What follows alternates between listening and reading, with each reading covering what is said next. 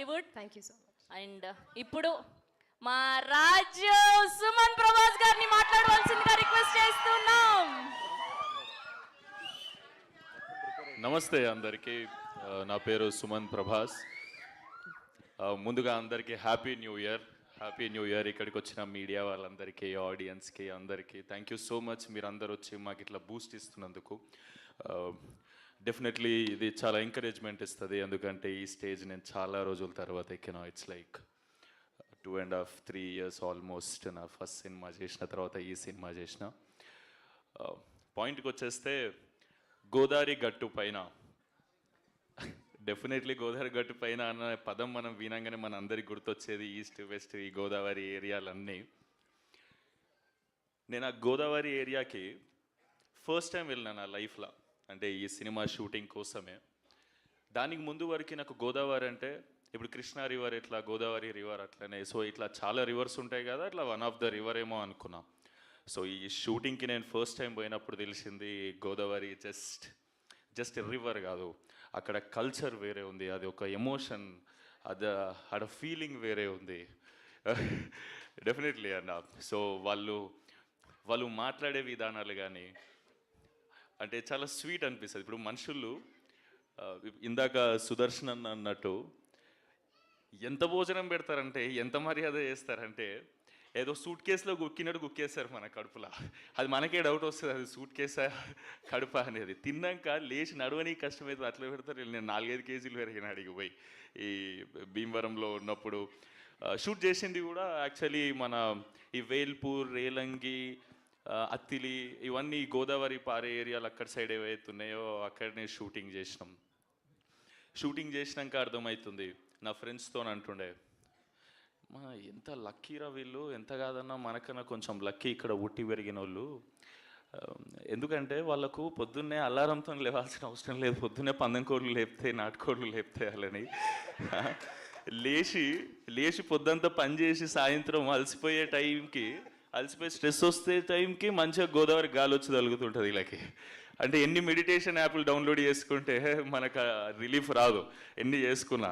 అక్కడ నువ్వు గోదావరి పక్కన నువ్వు అర్ధగంట అటు ఇటు నడిస్తే, నేను చెప్తున్నా కదా, ఏదో యూట్యూబ్లో గంట సేపు మెడిటేషన్ మ్యూజిక్ పెట్టుకొని అంత రిలీఫ్ దొరుకుతుంది, అంతకన్నా ఎక్కువ దొరుకుతుంది. డెఫినెట్లీ న్యాచురల్ ఏసీలో పుట్టి పెరిగారు వీళ్ళంతా.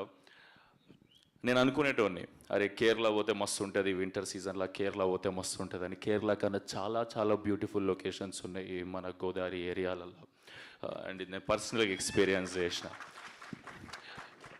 అంటే నేను దానికి ముందే ఒక 2 months బ్యాక్ కేరళ పోయి వచ్చిన. నాకు ఈడికి వచ్చినాక అరే ఇంత మంచి ఏరియా, ఇంత దగ్గరలో మన తెలుగు స్టేట్స్లో పెట్టుకొని నేను అంత దూరం ఎందుకు పోయినారా అనిపించింది. నా ఫ్రెండ్స్ని అందరిని వేసుకొని పోతే 50,000 ఖర్చు అయినది వేరే విషయం. అంటే ఈడంటే మనదే కదా, దగ్గర ఉంటుంది, భాష సేమ్ ఉంటుంది. ఇవన్నీ చూసినాక సో ఇదంతా షూటింగ్ ఎంజాయ్ చేస్తున్నా అన్న వాళ్ళతోని. సో ఇలా నేచర్ని ఎంజాయ్ చేస్తున్నా. కానీ ఈ కథ నాకు చెప్పినప్పుడు కూడా ఇవంతా ఎంజాయ్ చేస్తున్నా, నేను వెనకకు పోయి ఒకసారి ఆలోచించుకునేటోని స్టోరీ ఎట్లా ఓకే చేసిన నేను ఇది అని. నాకు చాలా స్టోరీస్ వింటున్నా. నేను ఈ సినిమాకు ముందుకు 80-85 కథలు విన్నా నేనైతే. అంటే ఏం చేయాలనో తెలియదు. అంటే నేను బ్లాక్ బస్టర్ కథలు కూడా ఇచ్చిపెట్టేసిన దాంట్లో, కానీ తెలీదు ఆ మూడ్కి అది తగ్గట్టు నేను పర్సనల్గా ఏం చేయాలని మనకంటూ పర్సనల్ థాట్ ఉంటుంది కదా. ఆ థాట్లో పోతుండే ఈ మనిషి వచ్చి సుభాష్ చంద్ర అనేట ఆయన వచ్చి నాకు ఈ గోదావరి గట్టుపైన అని కథ చెప్పిండు. సూపర్ ఎగ్జైట్ అయినా. అండ్ ఈ మనిషి గురించి నాకు ముందే తెలుసు. 100 షార్ట్ ఫిలిమ్స్ చేసిర్రు. అది మజాక్ కాదు. ఒక మనిషి యూట్యూబ్లో కంటెంట్ అందరికీ చెప్పాలని చెప్పి 100 షార్ట్ ఫిల్మ్స్ చేయడం అనేది అస్సలు మజాక్ కాదు. నేను వీళ్ళ షార్ట్ ఫిల్మ్స్ చూసి మేము కాలేజ్లో ఉన్నప్పుడు మేము ఇన్స్పైర్ అయ్యేటోళ్ళం. నా ఫ్రెండ్ మనీ, దుర్గా వీళ్ళందరూ అన్న వాళ్ళ పొజిటివ్నెస్, ఈ షార్ట్ ఫిల్మ్స్, ప్రయాణం షార్ట్ ఫిల్మ్స్ నాకు చూపెట్టి, అంటే సూపర్ క్వాలిటీ ఉండేటి 10-15 ఏళ్ళ క్రితమే. అవి చూసి ఇట్లా ఇన్స్పైర్ అయ్యి మనం కూడా ఇట్లా చేద్దామరా అని అనుకున్నాం. దాని తర్వాత మేము సంహౌ సినిమాలకు వచ్చినాం, మేము ఫేమస్ అనే సినిమా చేసినాం. కానీ నా నెక్స్ట్ సినిమా నేను ఎవరి దగ్గరనైతే మ్యాక్సిమం ప్రెజెంటేషన్ కానీ ఈ తీసే విధానం కానీ ఇన్స్పైర్ అయ్యి ఉండేనో షార్ట్ ఫిలిమ్స్ ఉన్నప్పుడు, ఆ మనిషి వచ్చిన సెకండ్ సినిమా తీస్తున్నట్టు నేను చాలా హ్యాపీ ఫీల్ అయినా. అండ్ ఆయన వచ్చే ముందే నాకు తెలిసి ఈయన ఎట్లాంటి కథ చెప్తాడు. ఎందుకంటే ఆయన మైండ్ సెట్ అనే షార్ట్ ఫిల్మ్స్ అవన్నీ నాకు ముందే ఐడియా ఉన్నాయి కాబట్టి. ఆయనకు నేను తెలియదు. డెఫినెట్లీ కదా, అంటే పరిచయం లేదు. తెలుసు మేబీ మ్యూచువల్స్ ఉన్నారా మనకి? మ్యూచువల్స్ ఉన్నారు, వంశీ గారు. వంశన్ ఉన్నాడేమో, సారీ. కానీ పర్సనల్గా ఎప్పుడు కలవాలి. సో మనిషి ఎట్లాంటాడో తెలుసు, ఏ కథ చెప్తాడో తెలుసు. ఈ కథ చెప్పిండు, చెప్తున్నా కదా, ప్రాపర్ కిటికీలకి వెళ్ళి పల్లెటూరుని చూసినట్టు ఉంటుంది ఈ కథ.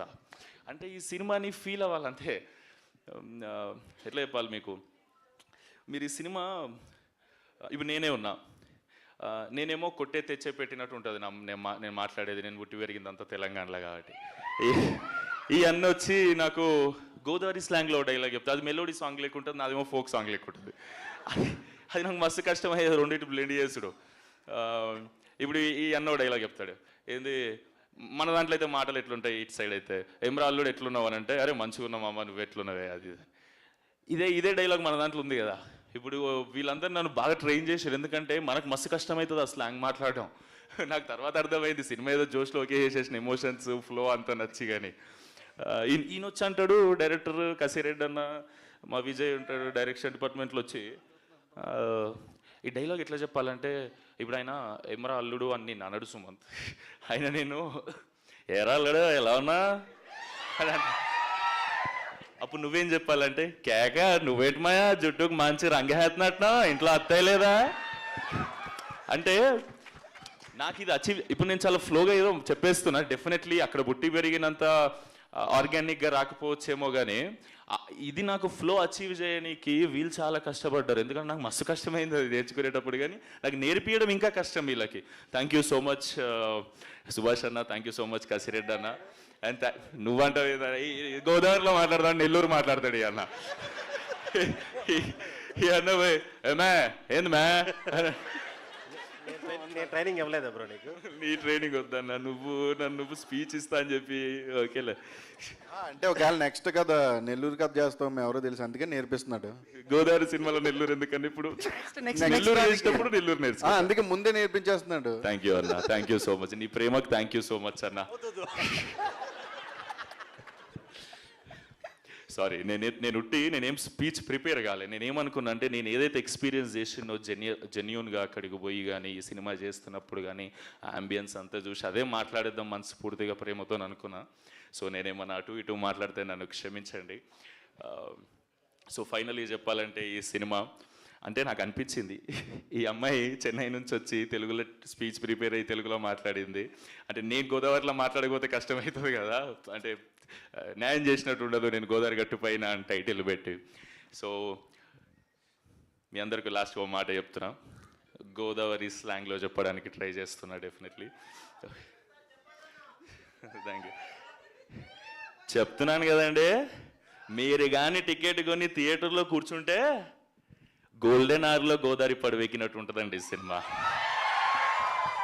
మీరు చాలా ఎంజాయ్ చేస్తారు, సూపర్గా ఎంజాయ్ చేస్తారు. కానీ ప్రామిసెస్ చెప్తున్నా, సమ్మర్లో పోతే మాత్రం సహారా డెజర్ట్ ఫీలింగ్ ఇచ్చింది ఇది. అంటే నాకు అలవాటు లేదు, ఎప్పుడు పోయినా వింటర్లో పోయినా షూట్లకు, లాస్ట్ షెడ్యూల్ ఒకటి సమ్మర్లో పోయినా అమ్మ వేరే లెక్కుండే. కానీ ఎంజాయ్ చేస్తాం, మనుషుల ప్రేమ మనల్ని అవన్నీ మర్చిపోయేటట్టు చేస్తుంది.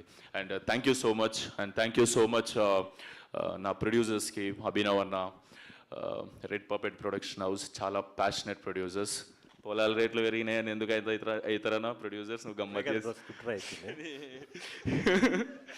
లేదు అన్న, చాలా ప్యాషనెట్ ప్రొడ్యూసర్, నేర్చుకుంటూ దాని గురించి. ఇవాళ రేపు చాలామంది డబ్బులు ఉన్నాయంటే పెట్టేసి సినిమా చేస్తారు, మనిషి అట్లా కాదు, చాలా క్రాఫ్ట్ నేర్చుకొని దాని మీద ఇది ఏది ఎంత పెడితే ఏ స్కేల్లో వస్తుంది. అంటే ఫస్ట్ టైం తీసిన ప్రొడ్యూసర్ ఈ క్వాలిటీ, మీరు టీజర్ చూస్తే మీకు క్వాలిటీ మంచిగా అనిపించిండొచ్చు కదా అనుకుంటున్నా.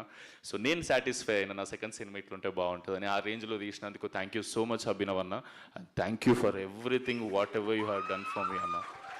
ఎందుకంటే నన్నే కాదు, ఈ అన్న నన్ను, నా ఫ్రెండ్స్ అందరినీ కూడా ప్రేమిస్తాడు అన్నట్టు. థ్యాంక్ యూ సో మచ్ అన్న, మా అందరినీ నువ్వు ఇన్ని రోజులు భరించినందుకు thank you so much. Thank you for everything.